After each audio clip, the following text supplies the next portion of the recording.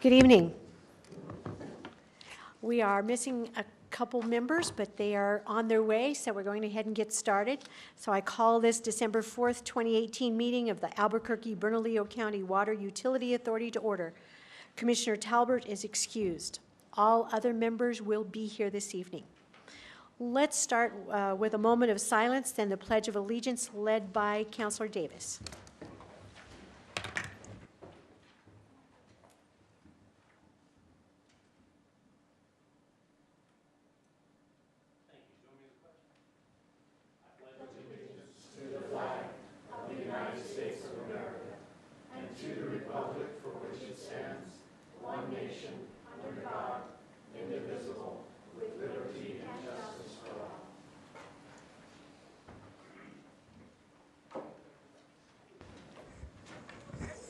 Thank you all, and thanks for being here this evening. Let's start with a motion to approve the October 17th, 2018 minutes. Yes. Opposed? Motion carries. We have no proclamations and awards this evening, so let's start out with public comment. Ms. Karian, how many do we have this evening? All right. Each speaker will have 3 minutes. Please come forward when your name is called. Jamie Park, followed by Santiago Maestas.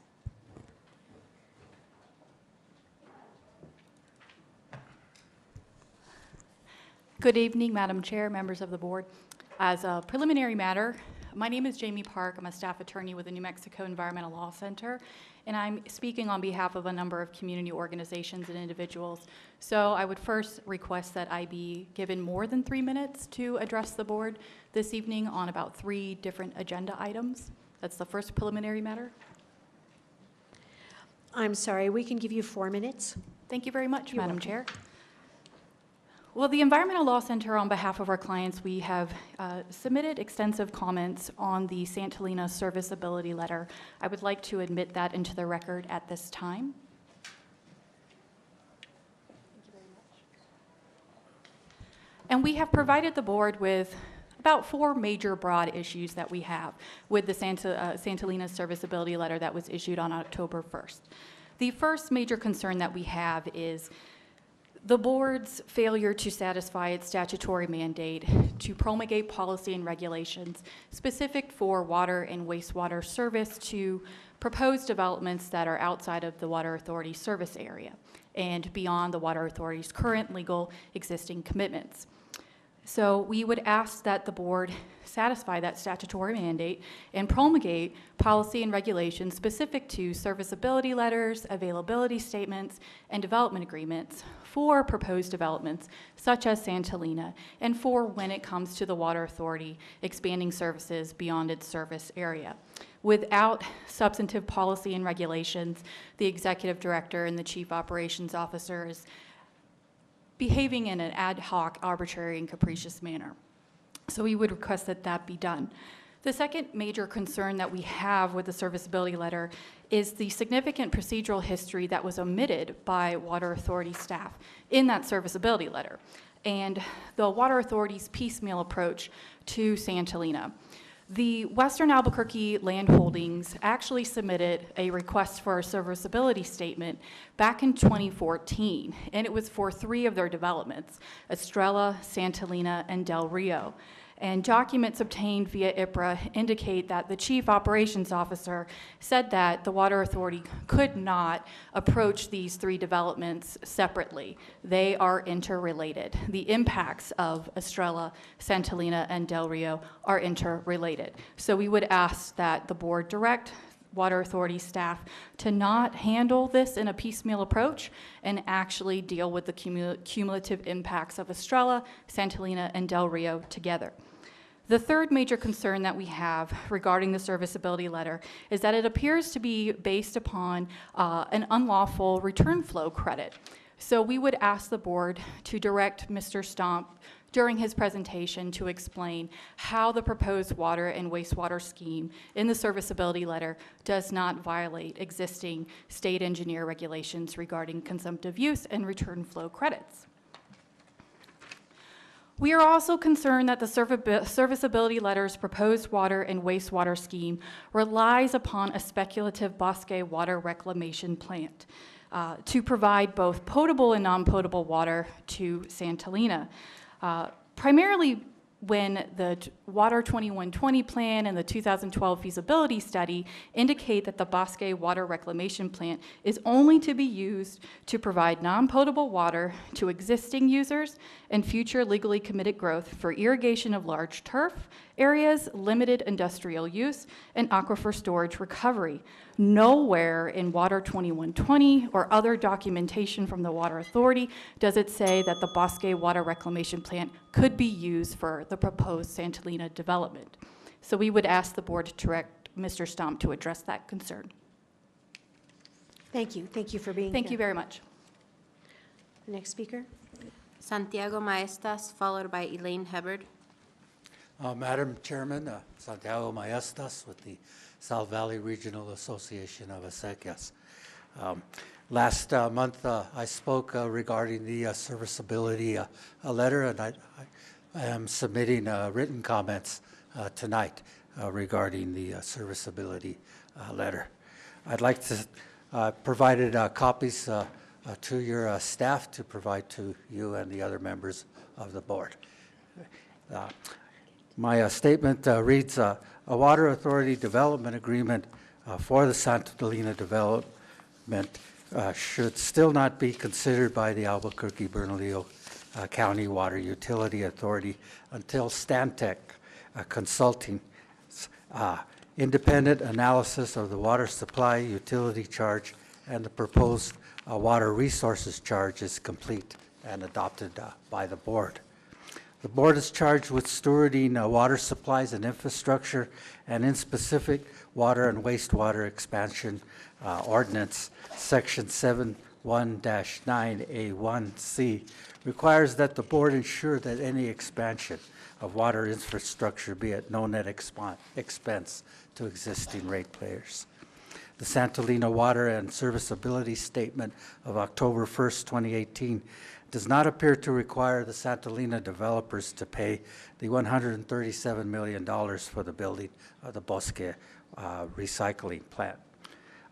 In this case, by 2020, to serve the Santolina Plan B Phase 1. If the Water Authority's development agreement is provided using only the current water service charge of $1,669 for Phase 1's 4,900 households, that would total only $15 million that they would contribute toward the Bosque reclamation plant, which would end up leaving the remaining cost of $121 million for the Bosque recycling plant to be paid by existing ratepayers and apparently other sources of funding, both federal and state.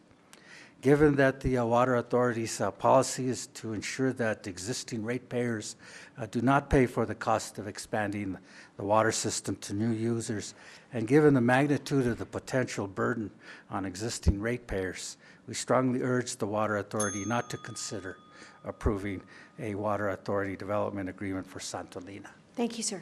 Thank you, Madam Chairman. Elaine Hubbard, followed by Roberto Roybal. Good afternoon. As usual, I don't have enough time to cover everything in detail, so I'm going to just skip sort of to the punchline, if you will. I have said many times how I think that having some markers to choose to see whether or not there's success in reaching the goals is needed. And here is an example.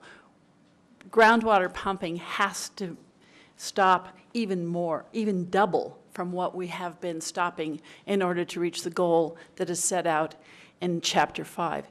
And yet Santolina, the idea of allowing that to come in and start pumping more, which is what the letter of serviceability talks about, will increase the pumping, and that will upset the whole plan.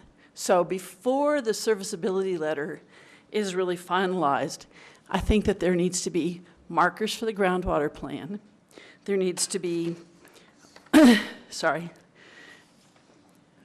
determination has to be of what the water supply charge should include. And that is under review right now by a consultant of yours. I would suggest that until that is done, that how do you know whether or not there's going to be no net expense? I would recommend that the utility adopt full cost recovery rather than accrual accounting, so that the costs of supplying water, the environmental costs, the resource costs, et cetera, are met. To adopt a policy of water neutrality. No net growth in water production and consumption would be one way to ensure that we didn't increase pumping and therefore depletions, which are hardly being covered at this point without extra water. And finally, remove the Bosque project from the legislative wish list until such time as the board has taken action to approve it. I will submit my comments, which are in more depth. Thank you. Thank you, Ms. Herod. Roberto Roybal, followed by Norm Guam, who is our last speaker. My name is Roberto Roybal.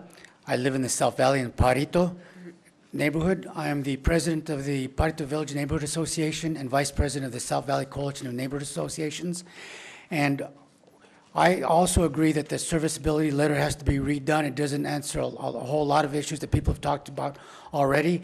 And we're very concerned about the no net expense. We don't see how Western Albuquerque Land Holding is going to do this without huge expense to the county and to we, the taxpayers. Also in the South Valley, we're very concerned about the water, where it's going to come from for Santa Elena. We're very concerned it's going to impact our use of water, the availability of water in the South Valley. And Norm Gom has been stuck in traffic, so I'm going to read a couple points from his letter, which I will submit to this board. Concerning the water and sewer serviceability letter, the Bosque Water Reclamation Plant construction schedule has been accelerated. It was to be built after 2050. Now it is proposed to be completed as a prerequisite to providing water and sewer service to Santa Elena. $49 million of Bosque WRP capital costs were included in the $659 million total of Table 1 estimated cost of infrastructure by phase. That ABCWA's consultant set forth is in October 11, 2018, technical memorandum entitled Santa Elena Water and Sewer Serviceability Basis of Cost. The Bosque WRP costs do not appear in the serviceability letter list of the master plan infrastructure set forth in Table 2. What is the basis for the $49 million share of the Bosque estimated total capital costs, which exceed $100 million? Why are Bosque Plant's costs eliminated from the serviceability letter infrastructure requirements? The Water Authority is not being transparent about Bosque being used for Santa Elena in its funding requests for state and federal funding, and these will be in agenda items C-1845 and C-1846. Furthermore, from Mr. Gom's letter, the October 11, 2018 technical memorandum cited in number 1 above concludes that 18 MGD of new groundwater capacity is required for service to Santa Elena, but illustrates no groundwater facilities, well locations, and associated collector lines to convey water from the new wells to storage tanks, and includes a low groundwater cost subtotal. The Albuquerque Journal article cited in number 1 above says, Water Utility Authority officials have told developers that groundwater is available on the property, but no additional water capacity within the Water Utility Authority's current infrastructure is available for the area. Thank you, sir. Thank you very much. Thank you for May being here. Submit this for the public Yes. record? Thank you very much.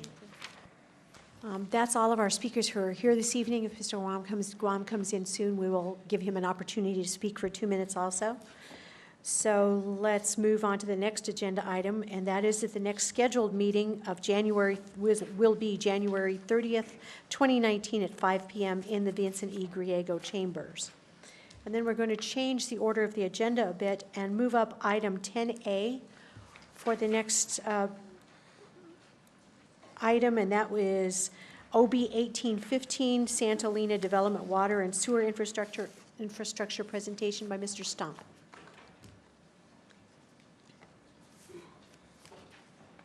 Good evening, Mr. Stump. Good evening, Madam Chair and members of the board. Let's see if I can get to that presentation. Thank you for the opportunity for being here tonight. I'm going to present to you the water and sewer infrastructure requirements that have been outlined in the October 1st serviceability statement or letter, depending on how you call it.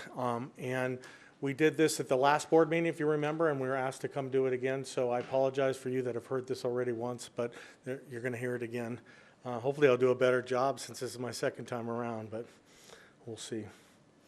So the timeline, as you know, the Level A and Level B1 land use plans were approved by the county.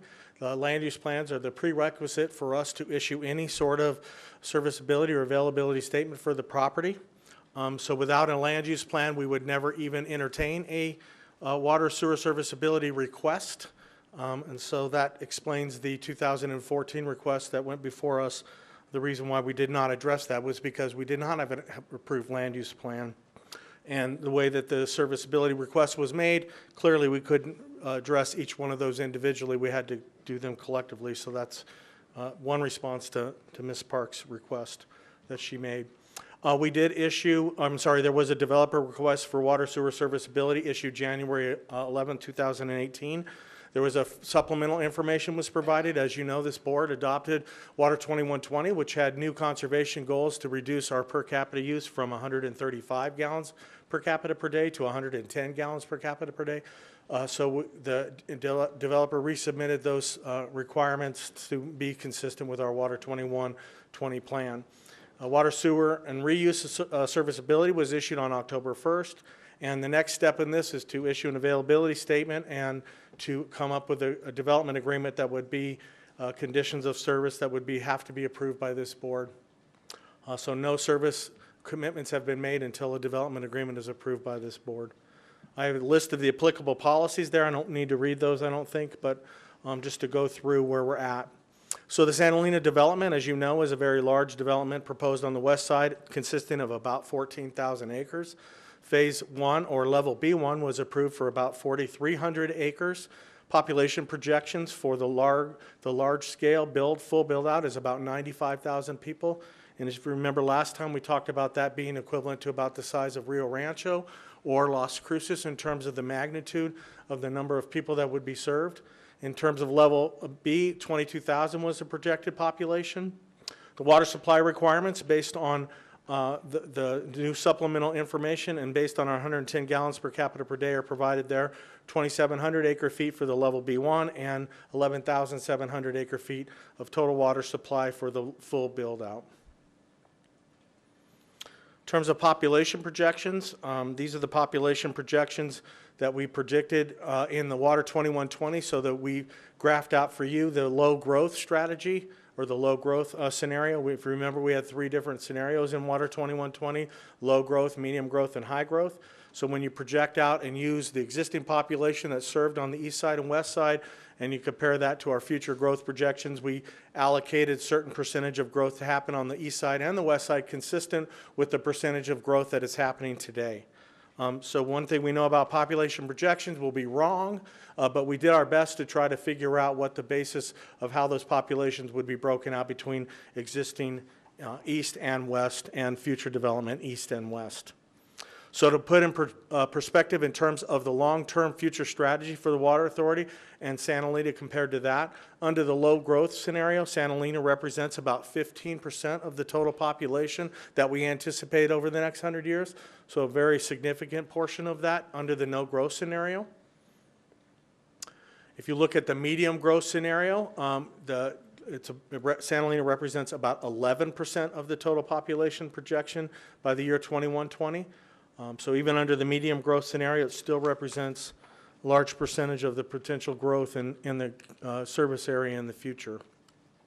So this is a graph of the future water demands, and they're broken out into reuse, non-potable that is, and potable demands, and also showing our wastewater flows, projected flows in the future as you go along from about 2018 now all the way out to about 2065.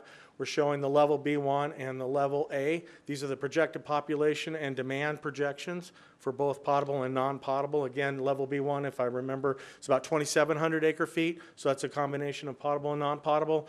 And the Level A was about 11,700 acre feet, including potable and non-potable. So in terms of the total system demands over time, remember using our 110 gallons per capita per day, we have the 3 different growth scenarios: low growth, medium growth, and high growth. So these are the three demand projections over the next 100 years for those three different scenarios. And you can see under the no growth scenario, our future population, future demand is around 160,000 acre feet in 2120, and it goes up to 205 or 210,000 acre feet in 2120 for the high growth scenario. So in terms of Santa Elina's projected overall demand, so we projected out in the 2065 full build out what percent of the water demand would be served by Santa Elina, which is about 9%. And then we projected for you on the little box on the right to show the difference between west side now and the potential future demand totally, and that portion of that would be attributed to Santa Elina. So you have a box there on the right side that shows the Santa Elina potable and the Santa Elina not potable as it relates to the total future demand in the 2120 plan.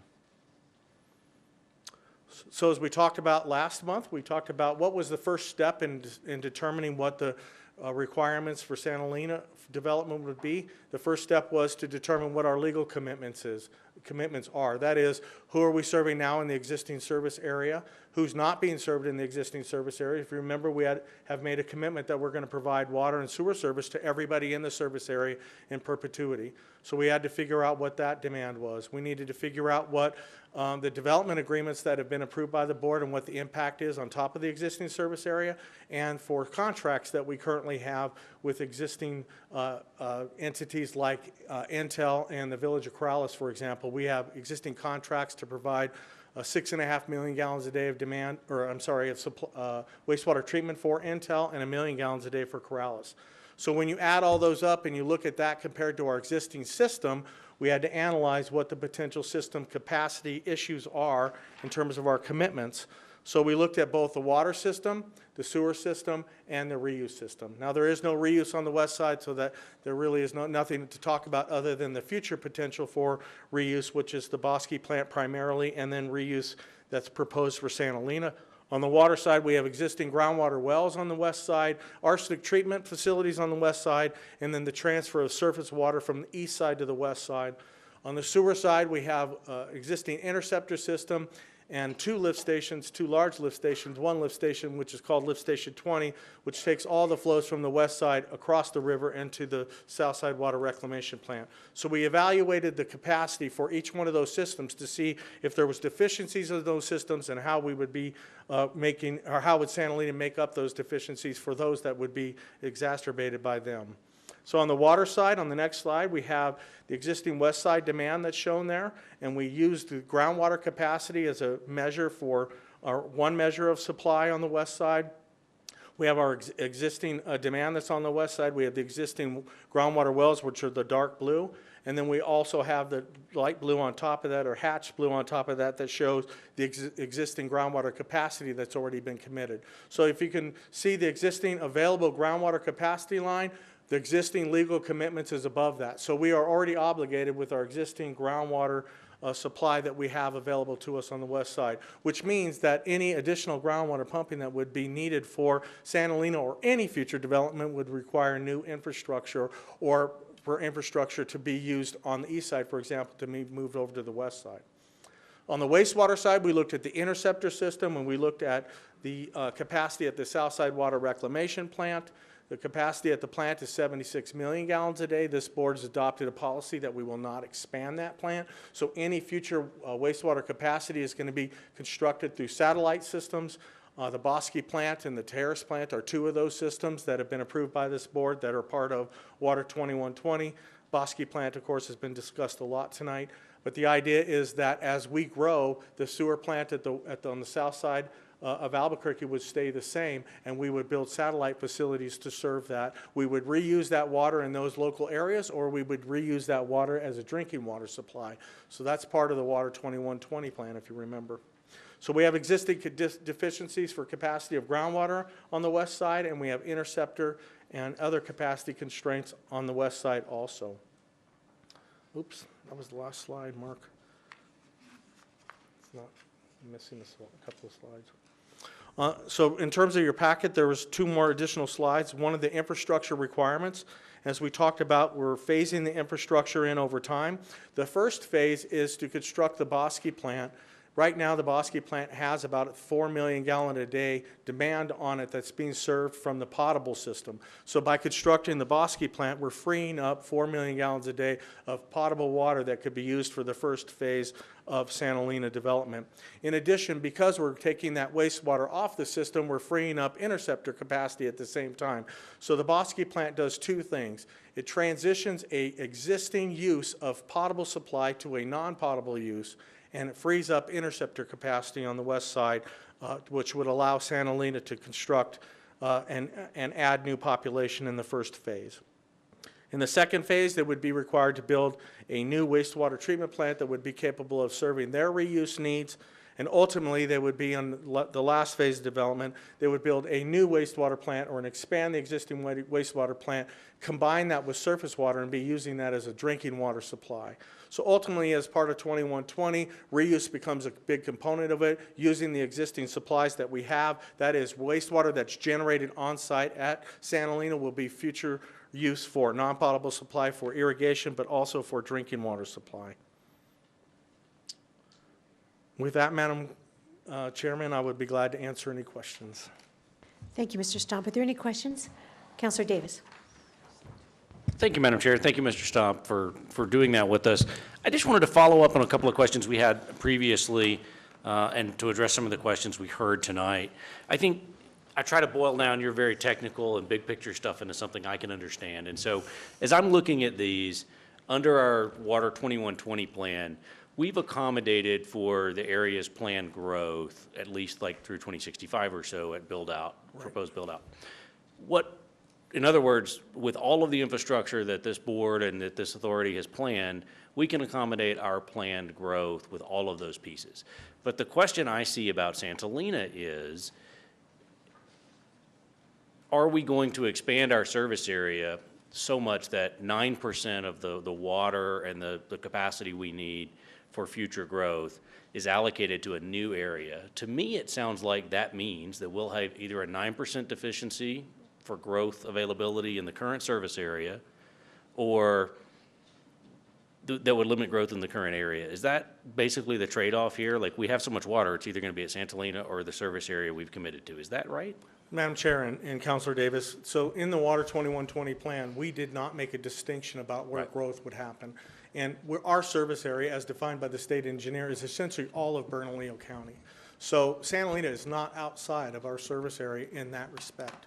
However, the land use decisions are not made by us, and the land use decisions dictate where that growth might occur. So our water supply would be available to serve that growth in Santa Elena. And yes, because we would allocate that supply to them, that would stop future allocation of that same amount of supply, just like if we approved a development agreement tonight for a small area that would commit service to that area, that could be service that could be committed to somebody else. However, it's not going to take water supplies from our existing service area. We have enough supplies to serve within our existing served boundary. That is the purple area on that graph. Right. So yes, to the extent that we make a commitment today, we are committing that resources to those that developments into the future, which could preclude future decisions for land use or expansion in other areas.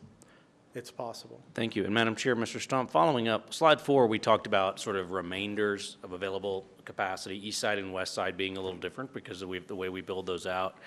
Santa Elena would take 9% of our future capacity, right, for use or development.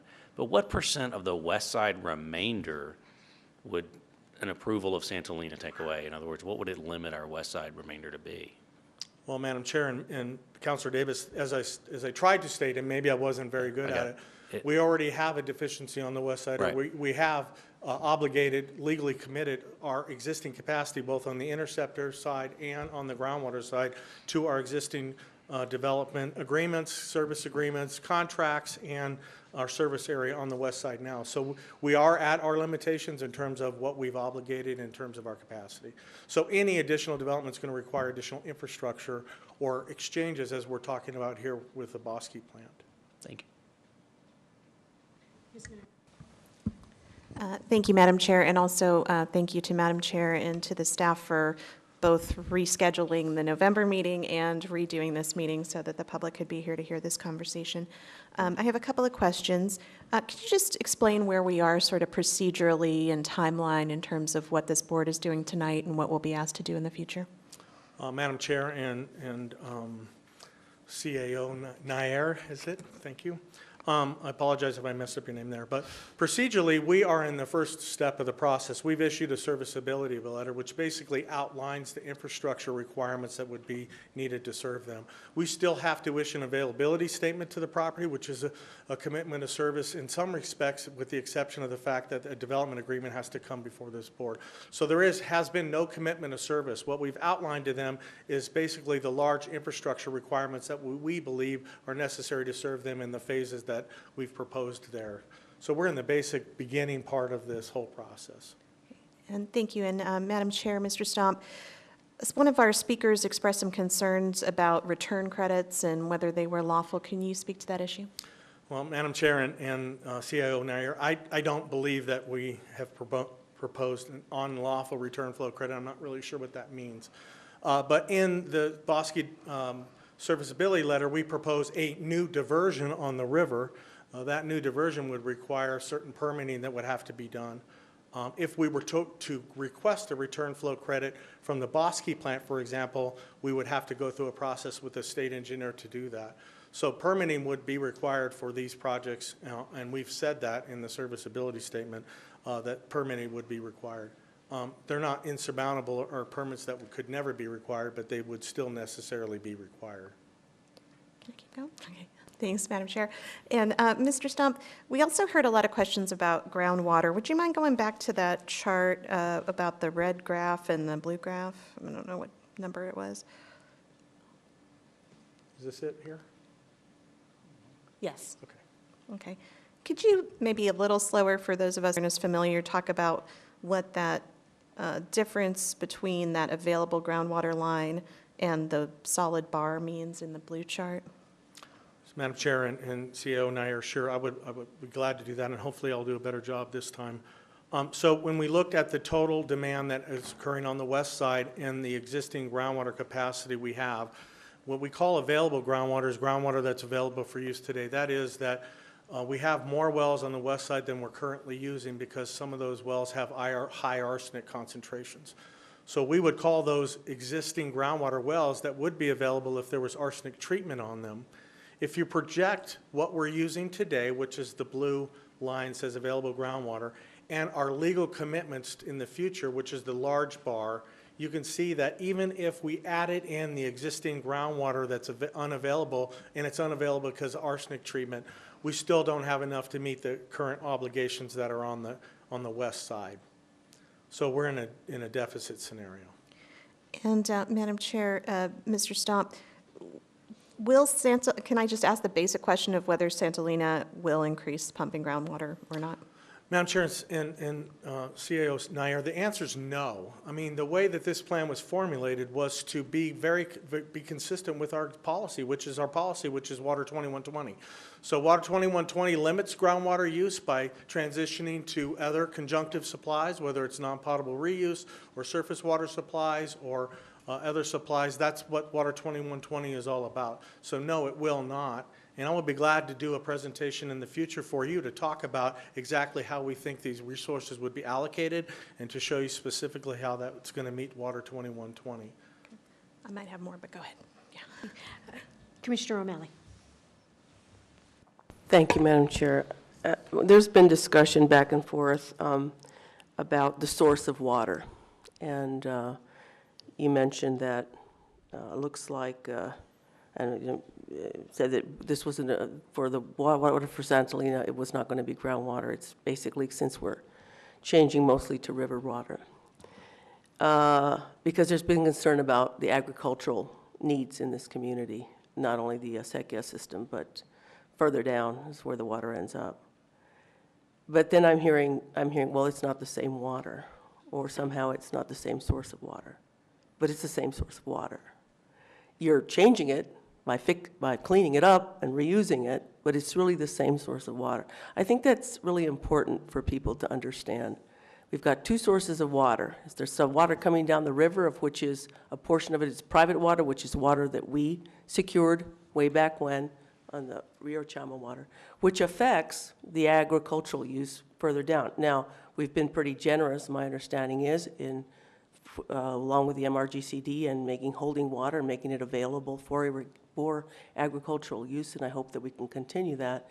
But of course, we don't know what the situation will be in the future in terms of runoff and water, and it's a severe drought up north. So, am I misunderstanding things? Because that's the way I look at it. We may be clean. We're asking, this large development, this proposed development, to say, yes, you're going to put in a system to reuse. You're going to clean it. You've got to put in a new wastewater system. We're not going to pay for it. You're going to have to pay for it.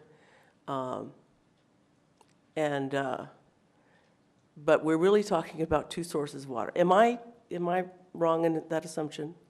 Madam Chair and Commissioner O'Malley, well, I don't think you're wrong. I think there's just the way people would say what water supplies are what. For example, if you're pumping groundwater and you have a wastewater return flow, is that a wastewater return flow or is that groundwater? It's really the source of that supply is groundwater, but it is a use of that same groundwater over and over again, for example. If you're diverting surface water, you're not fully consuming it, that surface water is available through wastewater returns. It's still surface water nonetheless, but it's changed its complexity, but nonetheless, it's still the same source of supply. So I guess people have different ways of saying it, but the answer is, yeah, we have basically surface water, and that surface water could be native water or San Juan Chama water, and we have groundwater. And then we have return flows or wastewater associated with those supplies. Right, which the source of is either groundwater or river water. Correct. Okay, thank you. Thank you. Yes, Commissioner Caseta. Thank you. So we know that the growth of the city has always been probably in the last, 15, 20 years on the west side. And all the way as far up as Ventana Ranch. The city of Albuquerque has allowed developers to build homes all the way across the Southwest Mesa. My question is, why haven't we ever had those developers look at how we use water, and why weren't they part of this whole water plan, and why didn't they pay into a water treatment plant for the west side and really start looking at water and how we move forward? We look at statistics on how the city is growing and maybe not growing, but my concern is that the slow growth that is taking place is moving west. And why did the city of Albuquerque not require developers, before we're talking about this big development on the west side, on how we use water and the way water is being used in reuse and all these sorts of things? Can you answer that question for me? Madam Chair and Commissioner Casada, I don't know that I can answer why the city of Albuquerque did that, but as the policies for the city prior to the Water Authority's policy, and now Water 2120, I think we served those developments that were approved with land use, whether it was the city or the county. We always have served those consistent with our policies. Our policies have changed over time as we've learned, as we've conjunctively managed, as we've continued to grow in our understanding of the various supplies. Our policies have changed. In the past, we were 100% groundwater. When we understood that that was not a sustainable supply, we transitioned to surface and groundwater and reuse. Now we know that we're going to have to even go further with reuse, and all the while conserving more and more. So all of these things kind of play into how the growth has occurred in Albuquerque over time. However, I would say that the growth that did occur did pay their share, just like everybody else is going to pay their share. The difference is going to be the water supply charge or water resource charge, or what you're calling it, is going to be based on the infrastructure requirements as part of Water 2120, whereas before it was based on purchasing water rights, which, as you know, in Water 2120, we are no longer purchasing water rights. So the basis for that calculation has changed, and the infrastructure requirements and how that's calculated is changing. So we have not changed the way we've done business, whether it was been the city or the Water Authority or now. What's changed is our understanding and the policies that go along with how we serve those communities. So they've paid their fair share. what our understanding of the fair share was at the time, but our policies changed. And Water 2120 is not the end of the story either. Even though we've developed a 100-year plan, we remember we're going to be coming back and revisiting this and evaluating climate change on the resources. As we said, we've incorporated climate change, the best available information that we know now, but that could change. It could get worse. And so we have that process in place. Those policies are going to change. Our conservation goal is 110 gallons per capita per day. That's not going to be the end of the story there either. So we're going to continue to grow and figure out ways to continue to serve our customers, and our policies related to land use are going to continue to evolve as that does too. I hope that answered your question, Commissioner Quesada. Thank you. Councilor Pena. Thank you, Madam Chair. So, Mr. Stomp, answer some like basic questions for me. So, you know, we're talking about the water in Santolina or any other proposed development, whether small or big. And when we look at the population growth for the city as we move forward, I think it ends at 1.3 million or something like that. Does the amount of water we use change? Madam Chair and Councilor Pena, yes, it does change because we have a conservation goal, as I said, 110 gallons per capita per day. That's probably not going to be the end of the story, but we're going to continue to reduce our use. As you know, we've reduced our use again, another 1 GPCD or more even this year. Even though it's been a drought and dry, we still have been able to do that. So we're going to continue to change that. We're going to continue to evolve it in that way. So I think, yes, our demand over time is going to change. Our demand is reduced in the last 20 years. We're using less water today than we did in 1987, for example. So I would consider that those things are probably going to say, are we always going to continue to use less water? I would say no, that's not going to be the case. Demand is going to increase someday, of course. Madam Chair, if I can follow up with that, I probably should be a little more clear. So my question is that whether we build within the city now or whether we add a development, is the amount of water necessary outside of all the reuse measures that we're going to take, will it still be the same? Madam Chair and Councilor Pena, I think I understand the question, which is the answer is in 2120, we assumed population growth, and that population growth could occur within the service area or outside of the boundary, so it doesn't really matter where it occurs. The water use associated with that population growth would remain the same, no matter where it occurred. Thank you. Madam Chair, if I can follow up with one more. Yes, ma'am. Actually, so it doesn't change. So whether it's, you know, if all of a sudden we had the availability to purchase some property somewhere else outside, it would remain the same. So then my other question is that in terms of the infrastructure, so, you know, there's probably some concerns in terms of infrastructure being built out, you know, as we grow the city. Would those needs be comparable if we just grew within the city because of old infrastructure? Madam Chair and Councilor Pena, that's a very difficult question to ask because it really depends on the demand.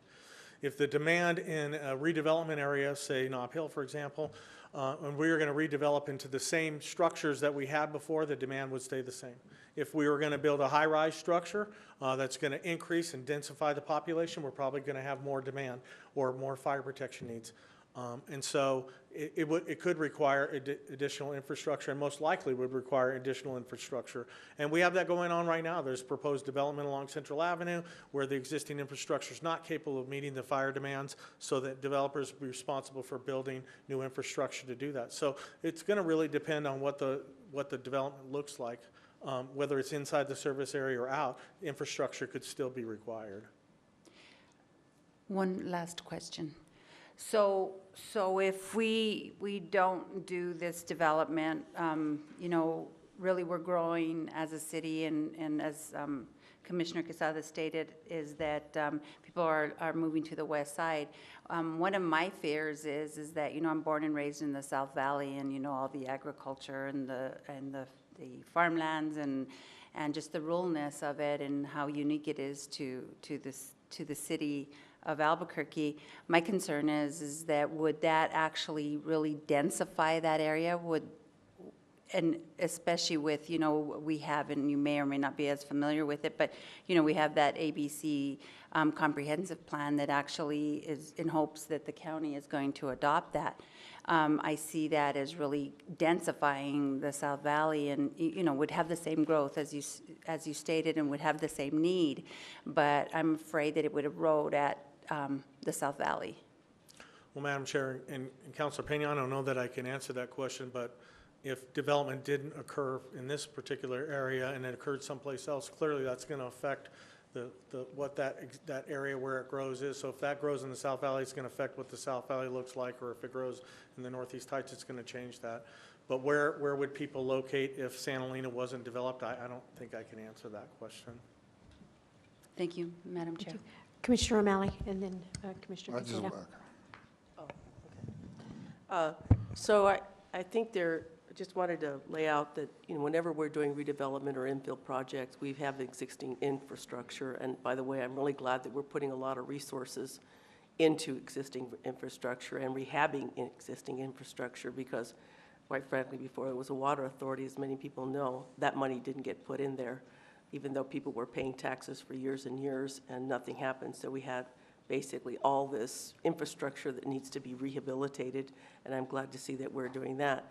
But I mean, you could argue that while, we are having to rehab that, because we'll have to do that no matter where infrastructure is, it's not totally new infrastructure. I think we've never seen anything like this in terms of this large of a development. And we're talking thousands of acres. We've never seen the request for a zone change that large. We've never dealt with a development agreement of this nature. So it's all new to us. And I believe that the Water Authority is really, I think we're doing great work around making sure that existing ratepayers and that we are looking at, the needs of the agricultural needs and balancing those with everything, because that's a big balance, and that's going to be really important to do that. I just wanted to make that statement, because I think sometimes we get a lot of criticism, because I just want to mention that in terms of our bond capacity that's been out there, that we've putting a lot of resources into capital, which I think is important, that we put a lot of resources into capital and rehab. Not only the existing areas, but places all over the west side that have not been rehabbed. We're doing a lot of work there. So I think that's really important that the resources go there as well. It looks to me like the plan that that when you're looking at this whole picture, you're really looking at reuse. We're going to have to clean up a lot of water. This isn't a standard plan. This isn't we're just going to take water and we're looking at a whole new approach to delivering, really, a system delivering water. And I think it's very thoughtful. We'll see as we move forward. But I just think that you really have thought a lot of things through. I appreciate that. Commissioner Casado. Yeah, well, we did put new infrastructure in Los Padillas when it came to water. They didn't have water since the beginning of time, and we were able to do that with the help of the Water Authority in Bernalillo County. So there's still parts of the unincorporated area that are in definite need. But I wanted to address the comment from Councilwoman Pena on development and growing. I'm the commissioner and overlook the South Valley, and as everybody knows, that I spent the first year and a half trying to protect Anderson Farms from development and to keep it agricultural, and I lost most of it. I lost a big chunk of it anyway, and we were able to save some of it. But every week there's people who own land in the South Valley that come from families that historically were farmers and growing, and they're selling it, and they're moving to the Northeast Heights where they have amenities and different types of way of living. And we have developers looking at that land all the time. And as you know, that goes to the CPC. It doesn't come to me. If the CPC approves development on that agricultural land, it's lost forever. And so as the city grows, in my opinion, I'd like to not see it grow on our agricultural land. I'd like to keep that for the future of Albuquerque and Bernalillo County, because that's what makes us unique than any other county. But I wanted to address that because you don't see that much in the city. I see it almost on a weekly basis in the county, that people are going after that agricultural land and they want to build apartments and they want to build, 4 houses an acre, and that's not what the South Valley is for. So we really have to figure out what's our compromise on how development goes and how do we serve the needs of how this city grows.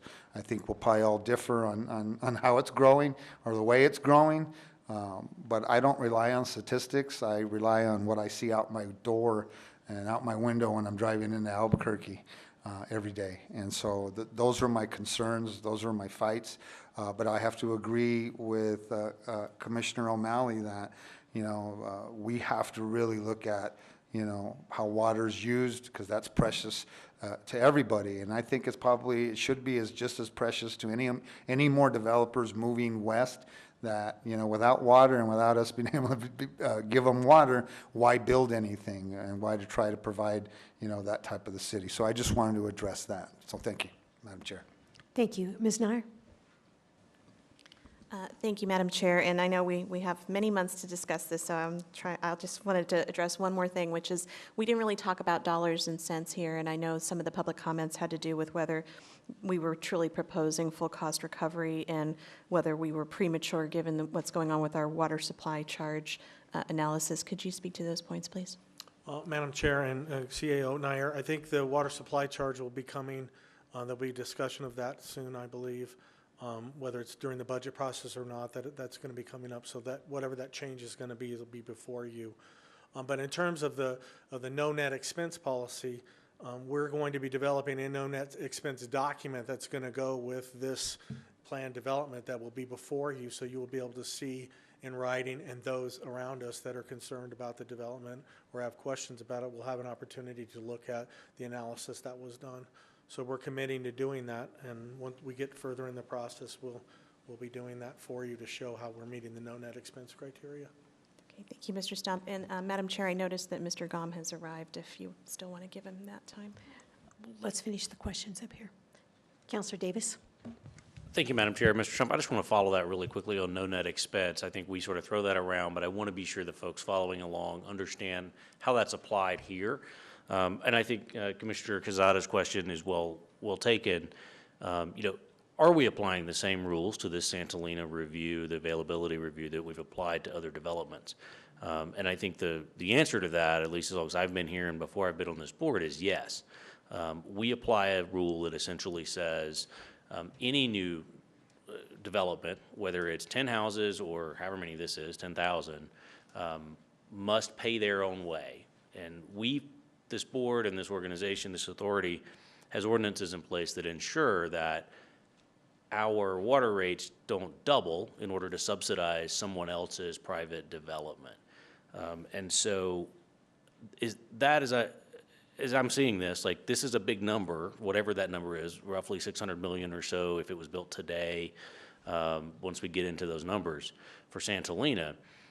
But if instead of the 99,000 people to be served by one development at Santolina long-term, if they were to break that into 1,000 developments for 99 people, we would go through that same evaluation process of existing infrastructure and existing capacity for each of those 1,000 requests to accommodate the same thing. Is that true? And each of those developers would have to pay whatever the requirement would be to add their people to our service. Is that ballpark? Madam Chair and Councilor Davis, that's absolutely true. So whether it's a big development or small development, the no net expense clause and how infrastructure would be built would be the same. This just happens to be a very large development. And Madam Chair, Mr. Trump, just as a term of reference, for example, I know Commissioner Quezada and I both represent Mesa del Sol, and when those developers came to this board, the no net expense was applied there as well. So they had to go through this process, and they had to pay for all of the infrastructure to meet the availability so that ratepayers didn't have to pay for infrastructure, say, at Mesa del Sol. Is that correct? Madam Chair and Councilor Davis, yes. Thanks. Thank you. Any more questions? Yes. So would they have to build a water treatment plant eventually? See, I have concern because you have 15, 20 different types of developers who will develop 200 homes at a time. And then the next thing you know, we've got, 10,000 homes with, you know, 25 different developers, and yet there's still no water treatment plant. There's no, you know, there's no reuse plan that they have to pay for, right? We end up having to pay 100% of that, don't we? Madam Mr. Chair and Stomp? Commissioner Casada, Mesa del Sol is on the hook for a wastewater treatment plant. That value was $80 million back in 2002, I think. Don't quote me on that exactly. I apologize if that date is off. They're on the hook for a water system and a second phase water system to serve that development. So they were allowed a capacity up front because we had excess capacity at the time. And then they're on the hook for doing exactly the same thing that Santa Elena is doing, which is a brand new water system and a new wastewater plant. We call that the Tejeras reuse plant because it's within the vicinity of the proposed Tejeras plant. So yes, they are on the hook for the same type of infrastructure. Thank you, and I would like to make a comment, but I'm going to let Mr. Rom speak first for 2 minutes. Thank you, Madam Chair. Thank you, members of the board. Good evening. Good evening. Thank you, Madam Chair, members of the board. I think that actually subsidy is the key issue. To what extent will existing ratepayers in Albuquerque subsidize Barclays Bank and the developers who are trying to develop this property? I heard one interesting thing from Mr. Stomp that I totally support. You were told that an availability statement will be required. That's a reversal of a position that I heard Mr. Stomp articulate only a very short time ago. I was heard that the next step would be a development agreement and the availability statement would be skipped. I'm concerned that the estimates in the serviceability letter are low.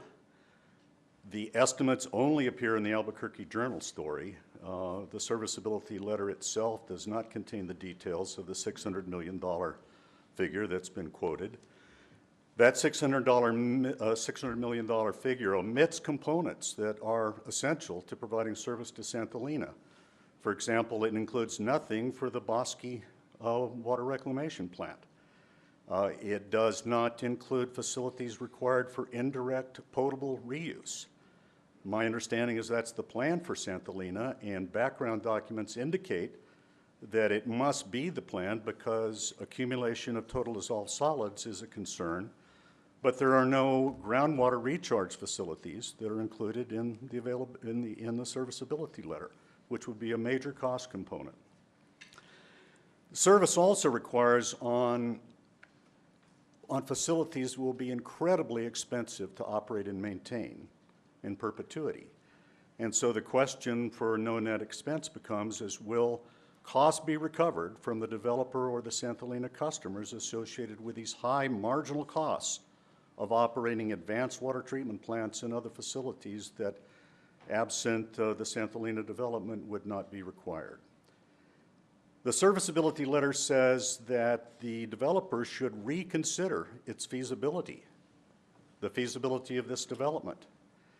Shouldn't the feasibility assessment be based on all of the costs instead of a partial cost that have been listed to date? I would point out that the groundwater capacity on the blue graph that you've questioned does not match the figures in the text. The figures in the text say that the total capacity is 54. Finally, Madam Chair, I'm concerned that the two items that are on your agenda for approval today would request federal and state funding for the Bosque Plant, which has been accelerated for Santa Elena, yet the Santa Elena serviceability letter does not indicate any responsibility for Santa Elena to pay for the Bosque Plant. Thank you. Thank you.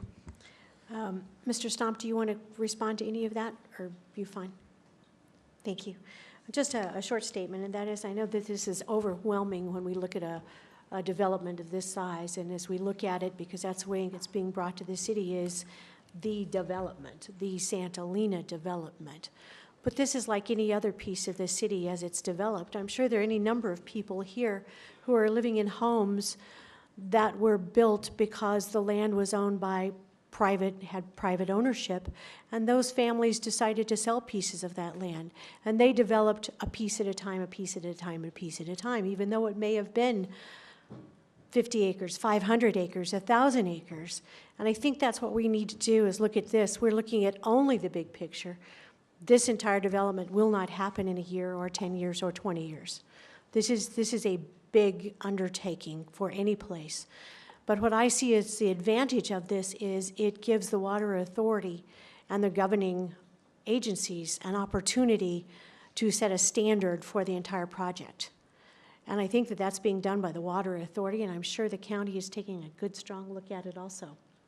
This is one of those things that it's hard to see change. We love our city, but we also need to know that there is change. And I think that the water authority is taking a really good stance on this, knowing that this agreement goes with the land, even if the current owners were to sell 100 acres, 200 acres at a time, 1 acre at a time. All of the costs go to each owner as they develop or build on the property. So we got to take a bite at a time and see if it works. And I think that's what we're trying to do here. So thank you all for being so interested. Thank you for continuing to give us your opinions. And we appreciate everything you've contributed this evening. And now let's move on to the next item, which is introduction or first reading of legislation. The first, and that is being handled. Good evening. Good evening, Madam Chair.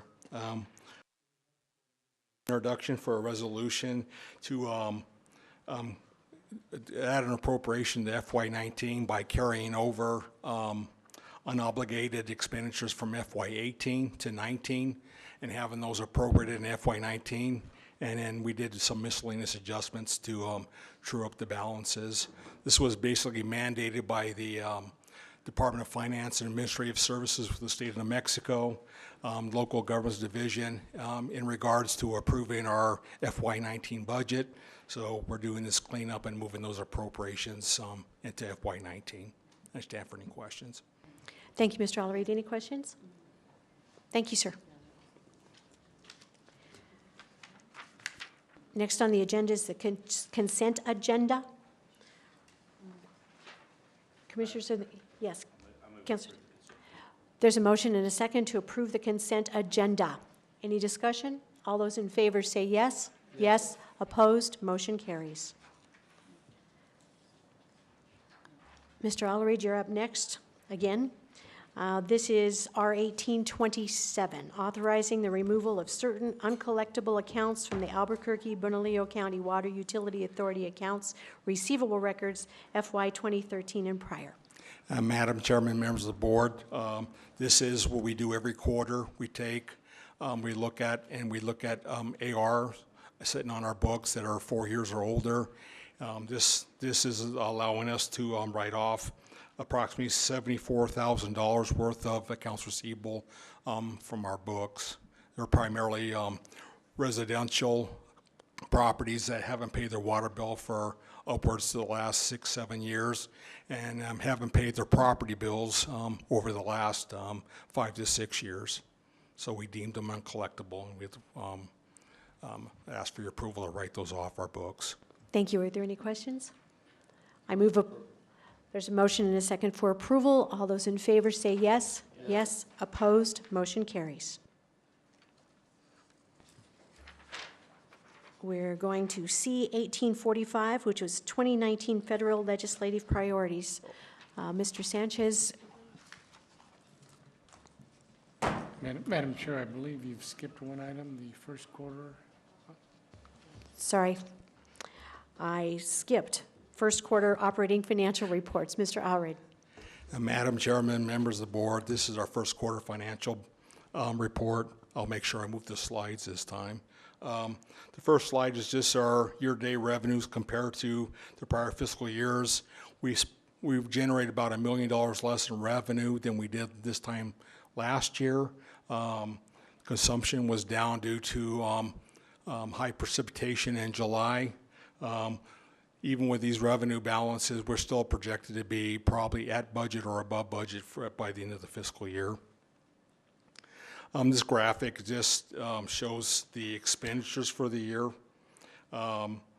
As you can see, the transfers are increasing, and that's primarily due to the additional $3 million a year we transfer to capital. All the other expenditures have been in line and actually many of them decreasing. The next slide is just a quick depiction of our spending each month compared to a rolling average for the year. Again, August was a high month. We spent a lot of expenditures on power and chemicals in that month as we fully run the water treatment plant.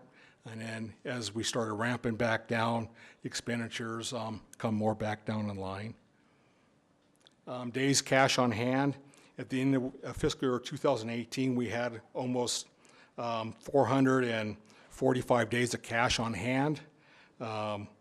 At the end of the first quarter, we had about 325 days cash on hand.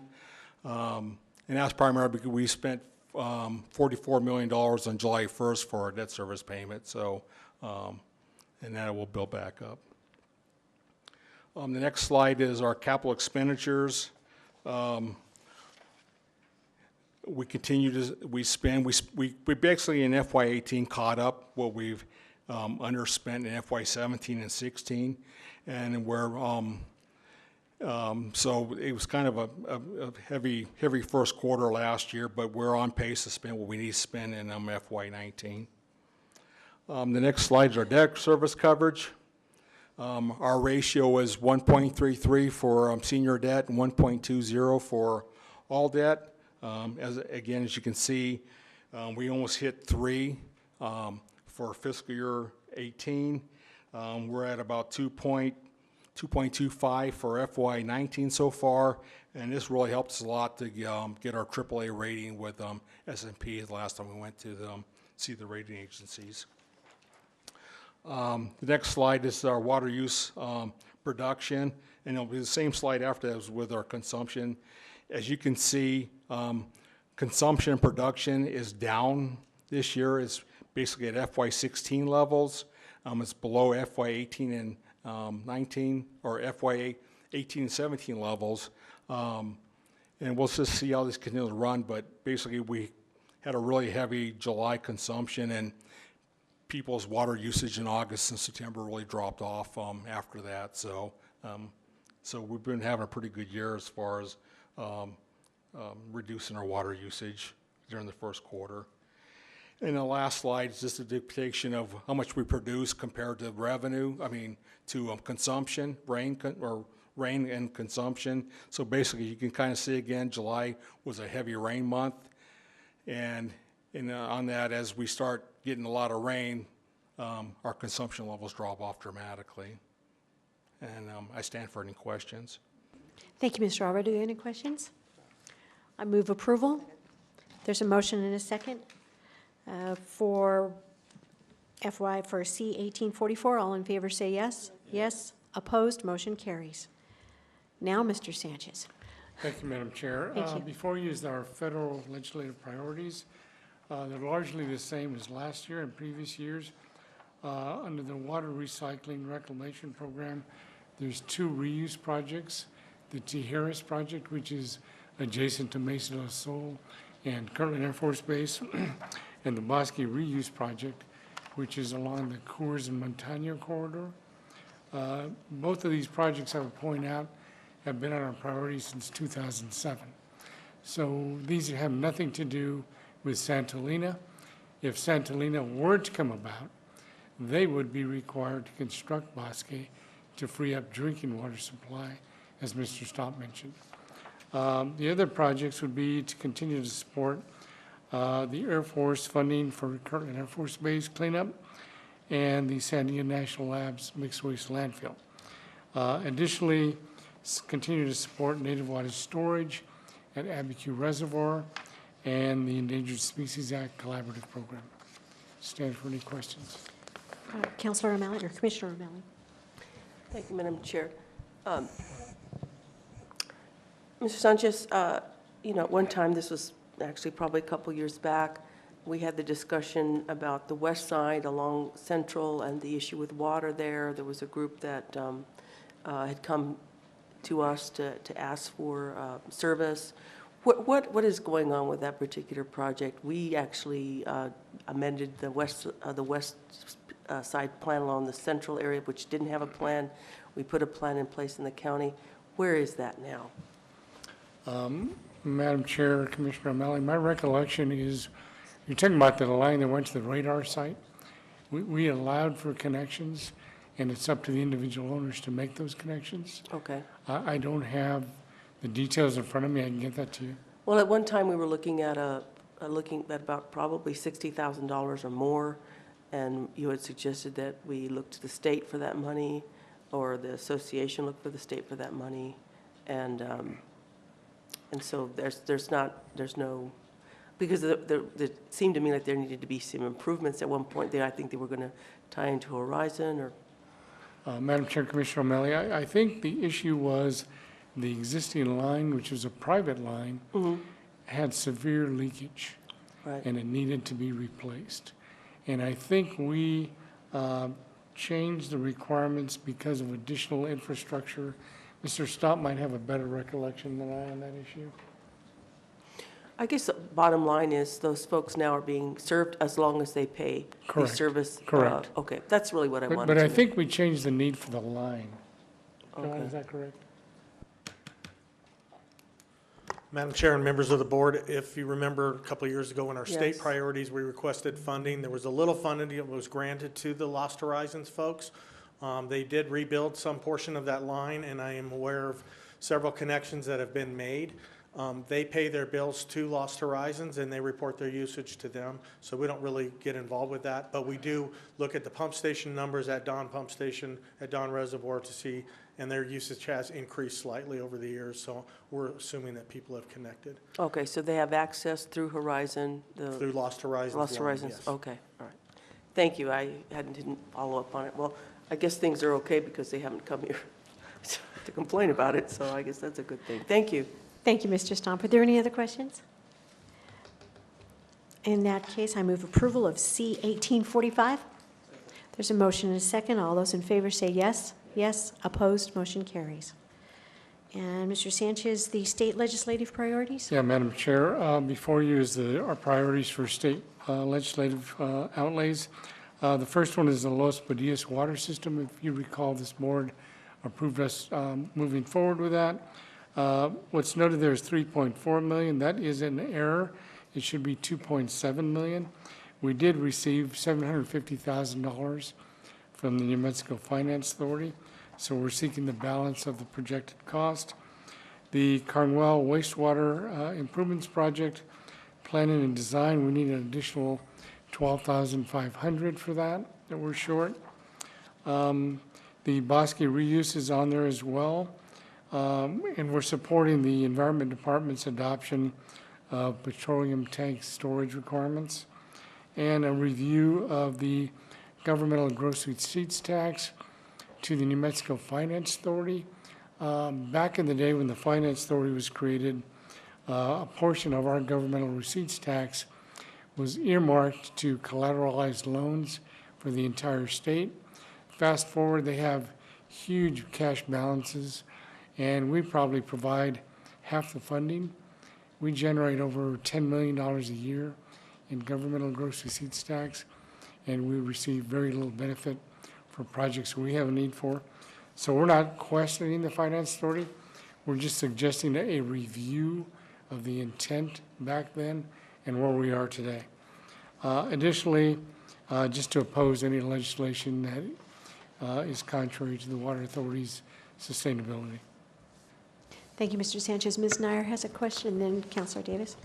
Thank you, Madam Chair. Mr. Sanchez, I don't suggest we need to make this change formally, but the city and the county have been working closely on acquiring some new infrastructure and to address the interoperability of the land mobile radio system that we both use, as well as APS, CNM. I believe the utility authority is on that system as well, and would just urge that if you are, that we include advocacy for state funding for that important regional project as part of the goals. Madam Chair, we can just have that as an amendment if the board wishes to. Is there, is that that's a motion? And there's a second? Counselor O'Malley, Commissioner O'Malley has a question I first. just have a question about the radio system. So APS and CNM are also part of this? I didn't realize that. Madam Ms. Chair, Mayor. Commissioner O'Malley, yes, there are about 17 different agencies that are on that system, all the fire, all the police, other agencies, Bosque Farms. I mean, it's a regional priority that we urge the state to fund. Okay, thank you. I have a motion and a second for that change. All those in favor say yes. Yes. Opposed, motion carries. Counselor Davis, you had a question? I do, Mr. Sanchez. I just reminded that earlier this year, as we were working through one of the updates and some of the issues around the Kirtland jet fuel spill, we had some questions about the way NMED had restructured their, and I'm going to put this in the wrong term, but their scientific oversight. They moved it to the Secretary's office, had changed some of the structure of that. Are we comfortable now that that process is in a good place again, or does the Water Authority need to exercise some influence with the legislature to ensure that we protect that process and the independence? Madam Chair, Councilor Davis, I think our plan would be to have that as an agenda item presentation in January, just to see where we are. I'm not sure we can ever be comfortable, given what's at stake there. Thank you. And thank you, Madam Chair. I don't think we need to do it as an amendment. I think it covers it under resiliency, certainly for our water supply, but we certainly want to keep an eye on that with the new administration and hope they can help us with keeping that forward. Thank you. Thank you. Members, are there any other questions? There, I move approval. Madam of- Chair, I think you Yes. moved the amendment, but not the bill. Okay, then I move C 1846 as amended. There's a motion and a second. All those in favor say yes. Yes. Motion carries. Any other comments or business? Therefore, the meeting is adjourned. Thank you.